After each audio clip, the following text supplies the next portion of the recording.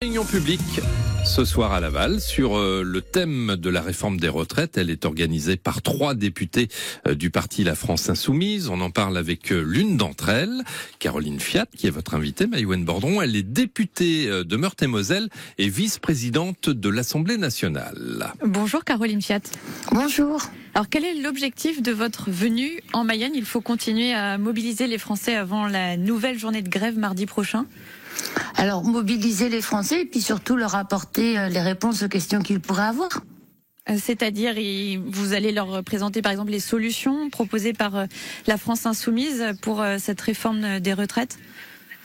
Oui, tout à fait. Puis surtout leur présenter aussi le projet.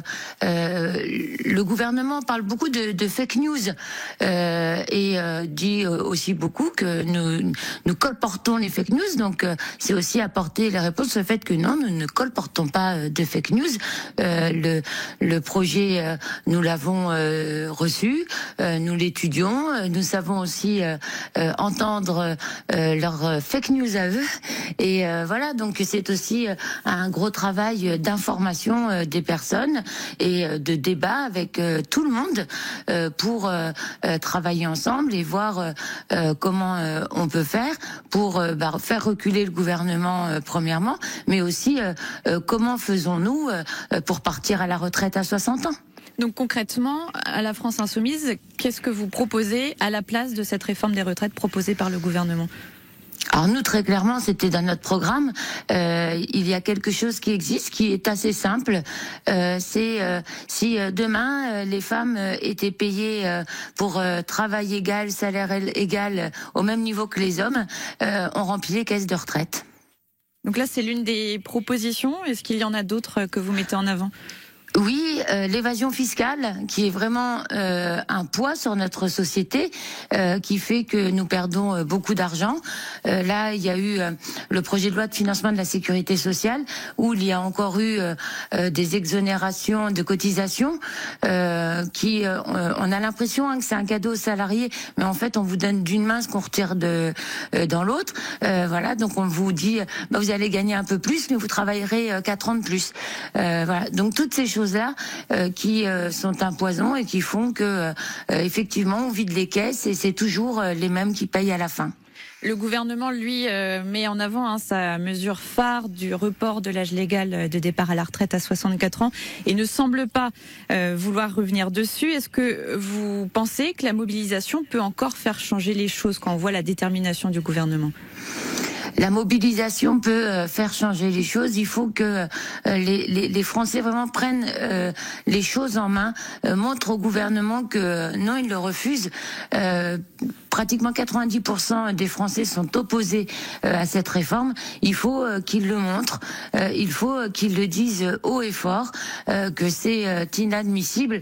Je suis jamais très objective parce que je parle tout le temps des soignants, mais il n'y a pas que les soignantes concernées. Parce mais que vous êtes voyez, ancienne aide-soignante, on le précise. Voilà, l'âge d'entrée légal en EHPAD, et parfois il nous arrive qu'on ait des personnes qui nous demandent de pouvoir rentrer avant, c'est 60 ans. Une maladie de Charcot, une maladie d'Alzheimer qui arrive très tôt, fait qu'on peut demander d'entrer à 60 ans. Moi, en tant qu'aide-soignante, je vais peut-être avoir des résidents plus jeunes que moi.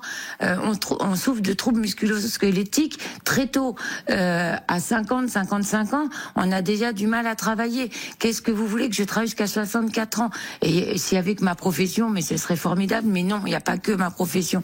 C'est inadmissible. Il faut que les Français fassent entendre au gouvernement que non, on est contre.